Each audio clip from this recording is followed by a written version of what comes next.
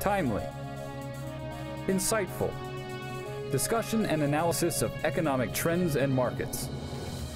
From Southern California to Sacramento, featuring business and political leaders, unique field reports. From Orange County and the campus of Chapman University, this is the Chapman Business Report.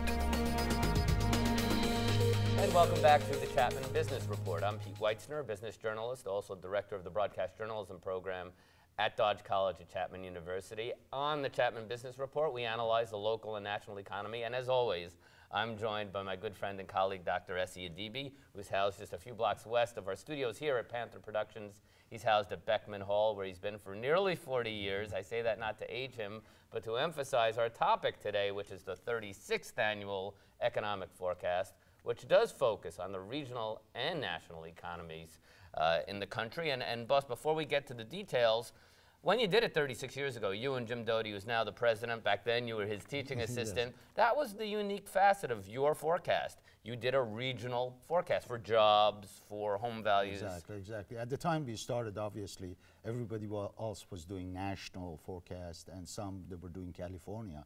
Our niche was the county. So we focused on Orange County, and of course at the time there weren't that many forecasts for local areas, and of course not for Orange County. So we used a classroom as a lab. We got the students involved. We came up with the equations. We presented our first forecast to 20 people in 1978, and by now, of course, it has grown significantly, and partly because of its accuracy. It's been fairly accurate. That's right. Should anyone in doubt, it's not as if the numbers come out of a hat. There's an econometric model, but if we talked about that, we'd lose everybody. So let's get to the national numbers, and you see continued slow growth, 2014, 2.2%. Is that good? Is that bad? How do you describe that number? You know, everything is relative. I mean, when we came out of, recessions in the past, the growth has been significantly stronger. I mean, the economy. 75 and 83. We've been growing, some periods like 3, 4, 5 percentage points on quarterly basis. The upside would be there's still room to grow. Exactly. And no inflation. Exactly. But this time around, though, we've been growing like roughly between 2.5%, and in particular, 2013, the growth is going to be, we estimate, about 1.7%. So when you put it in a relative term, 2.2% obviously is better than 1.7% growth of this year, but still, we label that as a slow but a steady growth. Interesting part of this number is that the negative, some would say, would be a positive, where we will have, if your forecast is correct, by next year, cut the deficit in half. Exactly. But that's a negative for growing an economy. Sure. When you look at the U.S. economy, there are basically 4 components. It's consumers, 70% of the economy. Will do well, you feel, in 2014? Okay, still, better here, but not yeah, but still, it's 2.1% growth this year. Then you have export, which is going to do better than this year for next year. And then you have, obviously, investment, which is housing start, is going to be strong. We know that. But when it comes to government, particularly federal government, as you said, we were running a deficit of over $1 trillion 2 fiscal years ago. That deficit cut down to $670 billion and expected to go even lower. So when the deficit goes down, it's true, it's good news. Long term is excellent, that's what we want. But short term, it means there's not that much oomph coming from federal government helping the recovery. It's no secret that this recovery has been powered by the Federal Reserve and the zero interest rate policy. No question. And that will end in 2014. It'll either be tapered, or will it be even a... It's a still debate. I mean, economists are debating. That's the wild card here. Your numbers would change. Significantly, because as you know, they started printing money. We call it quantitative easing. They're the biggest holder of U.S. debt. Exactly. $4 trillion. And basically, $3 trillion. Their balance sheet balloon. So what they did, they printed money, they bought long-term treasuries and mortgage-backed securities to keep interest rates down. Now, we believe next year they're going to slowly taper on that. They're not going to totally walk away and not to buy $85 billion. Maybe they would announce to reduce it 85 to 75, 65.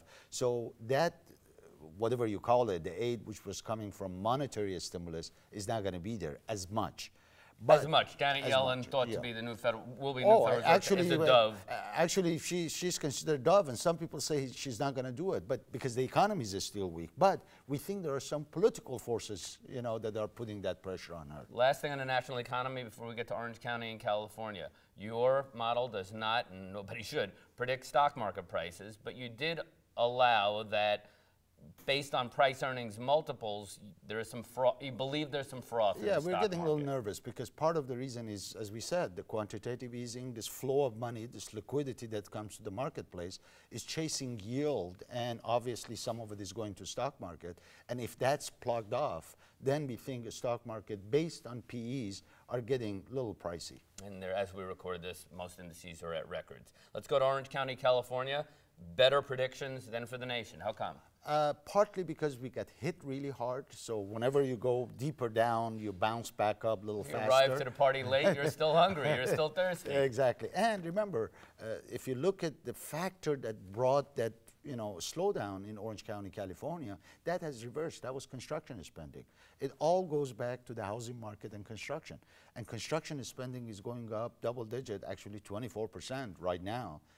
More than last year. Both residential and increase. commercial. So companies are building plant and equipment just like they're building single-family homes. Yes. Housing is the big component though, and then investment on machinery equipment. The commercial, when you talk about office building, industrial, that's still lagging. I mentioned a number doesn't come out of a hat. One of the things you do is you survey Californians, Orange County consumers, and they're optimistic. And I wonder if you feel maybe too optimistic. This index went from 58 in 2008 to 100. That also, usually, my training from you, that signals a top, no? No, not the top, but it means that we They're are a little bit more optimist than pessimist. But maybe they've acted on it No, already. but there's a good reason for it. Look at what is positive. The stock market is doing good. Home prices are going up. Gas prices are going down. Job creation is kicking in. Income is increasing. So all of that together, it boosts consumer sentiment. And obviously, that's a good news for retailers. Last thing, we're going to jump back to housing because it's the zeitgeist here in Southern California. Yes. And in California, it was if you owned a home, you had a wonderful year in 2013. Yes. California, 25%, my lord.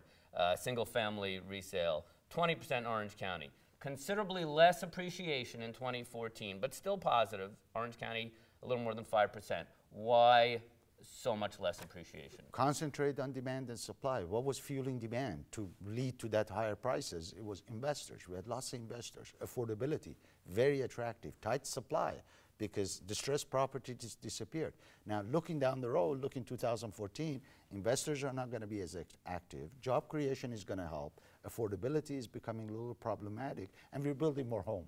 So when you put a little weaker demand, a little stronger supply, don't expect anything better than 4 or 5%. Actually, I am a little worried when we look at the model that we could see even year over year some negative numbers kicking in next year. Missed the opportunity again. He's Dr. Essie Adibi, past president of the Association of University Economists. I'm Pete Weitzner. Thank you very much for watching the Chapman Business Report.